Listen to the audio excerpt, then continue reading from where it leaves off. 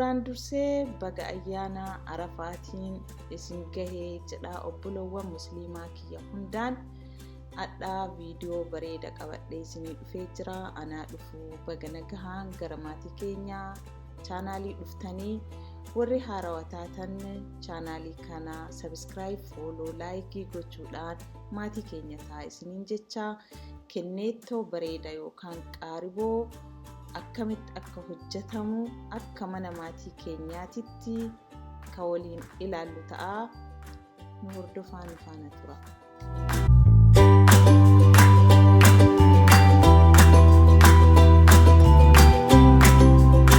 Kinnitto keenya hojjechuu fi garbuu akaamee magaala isaa gurraachallee hin taane qopheeffannaa.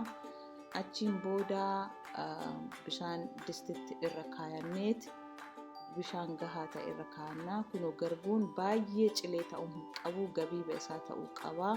Manatti isaa kaa'uu hin dandeenya. Garuu yoo manatti haalli namaa mijatu waan ta'eef biyya kanatti suuqii garagaraa suuqota Oromootii argachuu hin dandeettanii. Bishaan irra keennee bishaanuma odumaan danfin itti buuna. Maaliif akkas buuna? Bishaaniif garbuun walumaan danfuu qabanii sirritti akka keessaa dhamti ba'uuf jechuudha. Yoo waliin danfe kunoo kana fakkaataa baay'ee bareedaa isaatii kunoo asirratti hin mul'ata. Sirritti danfuu qaba. Sirritti yoo danfee jedhee booda waan ta'uu nu hordofaatii ilaalaa. Kinnitto bareedaa argattanii akkamitti akka hojjetamu akkamitti akka deemnu asirraa ka argitan ta'a. Haga dhumaa nu faana tura.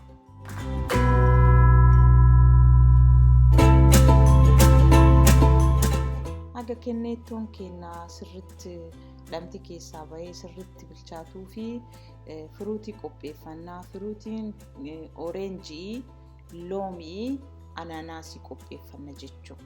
Bisaan takkallee ittiin buuftanii isuma sirritti akkuma juusii sanitti ka juusiin daakamu maashinii san keessa buufnee sirritti daaknaa. Yoo kinnittoon keenya bahee waa itti buufamuuf amma qopheeffamuu qaba jechuu. Garuma daakutti deemaa jirra. Kun daakaa jirra kun isin argitanii. Ammas nu faana tura.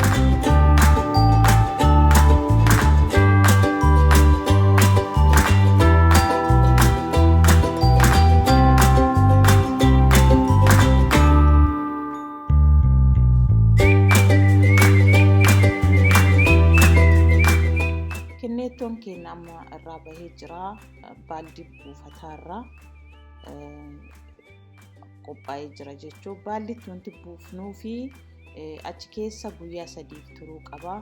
Wantoonni itti bu'amu juusii amma daaknee itti bu'amu kunoo argaa jirtanii. Yoo juusii itti buufneen booda waliin geennee kaanee qadaannee keenya haga guyyaa 3 jechuudha. Guyyaa 3 booda maal akka fakkaatu walitti deebinaa. Nu hordofaa.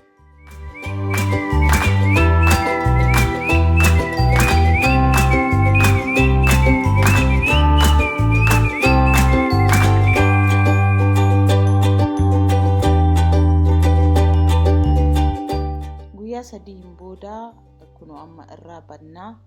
Sirri bahee jira. Kunoo waan fakkaatu argaa jirtanii. Amma dhimbiibna jechuudha.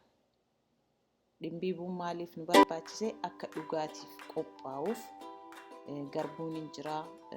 Juusiin firuutii kaasiin dura akka inni mi'eessutti buufneen jira. Kanneen adda baasuu fi sirri dhimbiibna. Sirri dhimbiibnee kaaneetiin dama itti buufna jechuudha. Ammas nu faana tura.